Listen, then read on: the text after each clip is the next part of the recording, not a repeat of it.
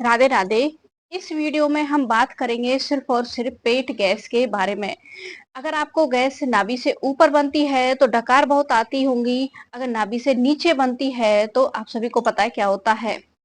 तो गैस से कैसे छुटकारा पाना है, बहुत ही आसान तरीका है। डाइजेशन भी सुधरेगा, गैस से भी छुटकारा मिलेगा और हर कोई व्यक्ति इन एक्सरसाइज को कर भी सकता है। और कुछ एक्यू पॉइंट्स हैं जो बहुत ही पावरफुल है और उसी तरह से एक मुद्रा है जो बहुत ही ज्यादा फायदा करती है। जो एक्सरसाइज नहीं कर पाते वो मुद्रा करें, और जो मुद्रा भी नहीं कर पाते हैं उनके लिए कुछ मैं चाय बताऊंगी, वो पीने से आप अपनी गैस को ठीक कर सकते हैं। तो पहले करते हैं हम आसन, ठीक है। उसके बाद एक्यू पॉइंट्स है, फिर हम आगे बढ़ेंगे। आसन में आता है मंडूक आसन। पहला है हमारा मंडूक आसन। इस तरह से आपको, आप अगर वज्रासन में नहीं बैठ पाते हैं तो सिंपल आलती पालती मार कर बैठ सकते हैं, सुखासन में बैठ सकते हैं।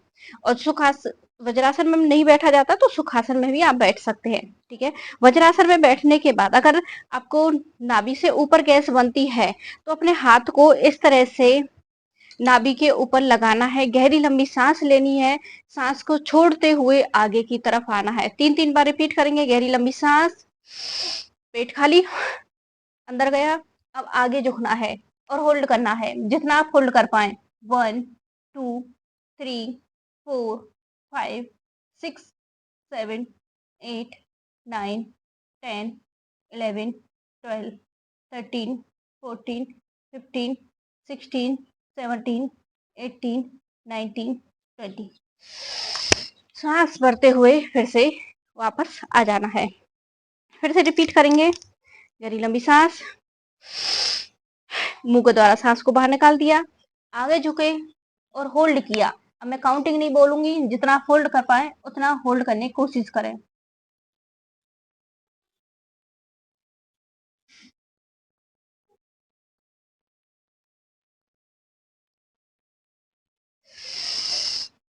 रिलैक्स। फिर से एक बार और रिपीट करेंगे। गहरी लंबी सांस, पेट फूला, पेट अंदर और आगे।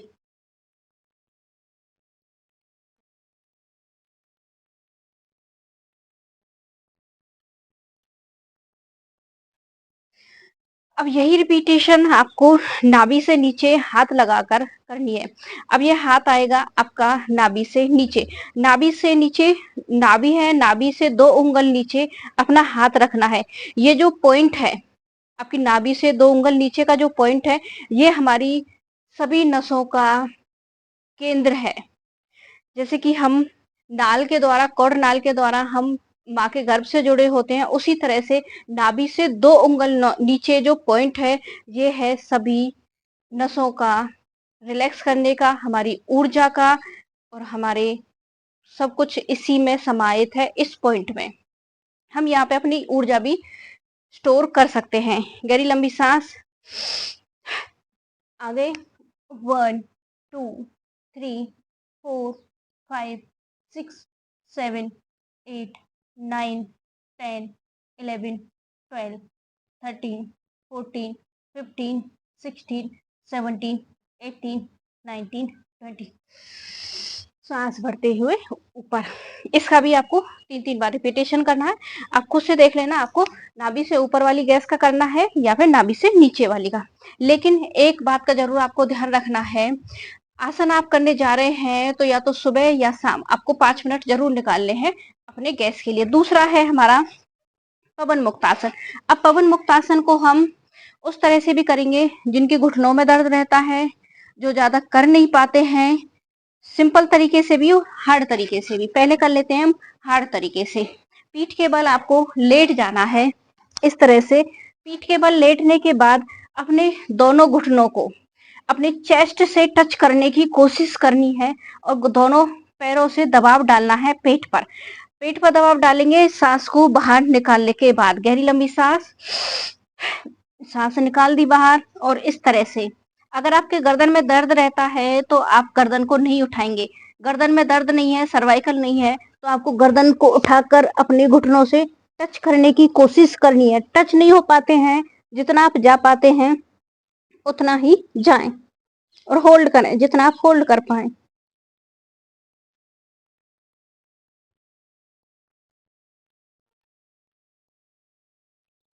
रिलैक्स। एक बार फिर से रिपीट करेंगे।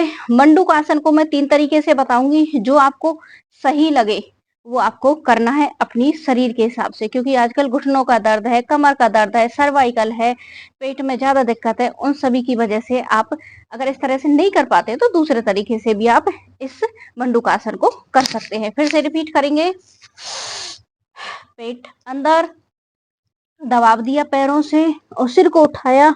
1 2 3 4 5 6 7 8 9 10 11 12 13 14 15। रिलैक्स। ये तो हो गया एक तरीका जो प्रोफेशनल तरीके से करते हैं, ये तो उस तरीके से हो गया मंडूकासन। अब दूसरा है, अगर आपके गर्दन में दर्द रहता है या फिर कमर में दर्द रहता है तो आप एक एक पैर से करेंगे। करेंगे कैसे? इस तरह से एक पैर को उठाया, सिर्फ एक पैर को उठाना है, दूसरा आपका पैर सीधा रहेगा जमीन पे और इससे अपने पेट पे दबाव डालना है। गर्दन को नहीं उठाना है। अगर गर्दन में दर्द है, हाँ कमर में दर्द है, कमर दर्द वाले गर्दन को आप उठा सकते हैं। 1 2 3 4 5 6 7 8 9 10। अब इस घुटने को छोड़कर दूसरे घुटने से करना है। रिपीट। 1 2 3 4 5 6 7 8 9 10। अब इसे हम दूसरे तरीके से भी कर सकते हैं, जल्दी जल्दी इस तरह से। 1 2 3 4 5 6 7 8 9।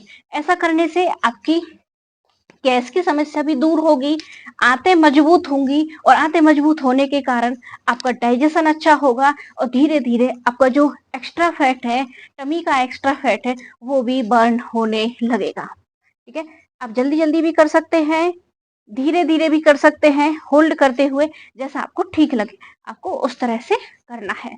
एक दूसरा तरीका आपका ये हो गया। अब है अगला तरीका। जिनके कमर में भी दर्द रहता है, घुटनों को भी फोल्ड नहीं कर पाते हैं, लेकिन गैस से छुटकारा पाना है, तो इंस्टेंट गैस रिलीफ रोलिंग, इससे तुरंत आपकी गैस भी निकलेगी और आपकी रीढ़ की हड्डी भी बिल्कुल रिलैक्स हो जाएगी। अकड़न जकड़न जो आपकी रीढ़ की हड्डी में बनी हुई है वो भी आपकी दूर हो जाएगी। अब रोलिंग कैसे करेंगे? इस तरह से बैठना है, दोनों पैरों को अपने पेट से टच करना है। अब इसमें हमें करना है रोलिंग। स्टार्ट करते हैं इस तरह से। 1 2 3 4 5 6 7 8 9 10 11 12 13 14 15। ये हो गई रोलिंग। ठीक है, एक छोटी सी बात और, अगर आपको गैस नाभि से ऊपर बनती है तो वो इफेक्ट डालेगी हमारे लीवर पे, किडनी पे, पेनक्रियाज पे। ठीक है, और अगर हमें कब्ज है, गैस है, नाभि से नीचे बन रही है, तो वो इफेक्ट डालेगी, आपकी बीमारी लेके आएगी, जो हर्निया हो जाता है, फिशर होता है, या फिर प्रोस्टेट की समस्या होती है, यूरिन लीकेज की समस्या है होती है, वो सभी दिक्कतें आपको उसके कारण आएंगी। ठीक है, नाभि से ऊपर वाली है बनेगी तो नाभि से ऊपर वाले ऑर्गन्स को इफेक्ट करेगी, अगर नाभि से नीचे बनती है तो उन एरिया को वो इफेक्ट करती है गैस, पेट गैस। अब हम आते हैं अपने एक्यू पॉइंट्स पे। पहले आ जाते हैं मुद्रा। ये होती है हमारी वायु मुद्रा, ये नहीं, ये वाली। ठीक है, अपनी वायु तत्व वाली उंगली को अंगूठे की जड़ में लगाना है, अगली अग्नि तत्व वाले अंगूठे की जड़ में लगा के बाकी तीनों उंगलियों को इस तरह से सीधा करना है। अगर आप पूजा पाठ करते हैं, अगर आप उस समय अगर आप वायु मुद्रा धारण करते हैं, तो आपकी वायु धीरे धीरे बैलेंस होने लगेगी। उंगली को फोल्ड किया है तो वायु मुद्रा बनी है, और इस तरह से टिप को टच किया है तो वो ज्ञान मुद्रा रहेगी। ज्ञान मुद्रा नहीं लगाना है आपको, वायु मुद्रा इस तरह से अपनी फोल्ड करना है। फोल्ड करने के बाद हथेलियां आसमान की तरफ खोली, 5-7 बार गहरी लंबी सांस लीजिए।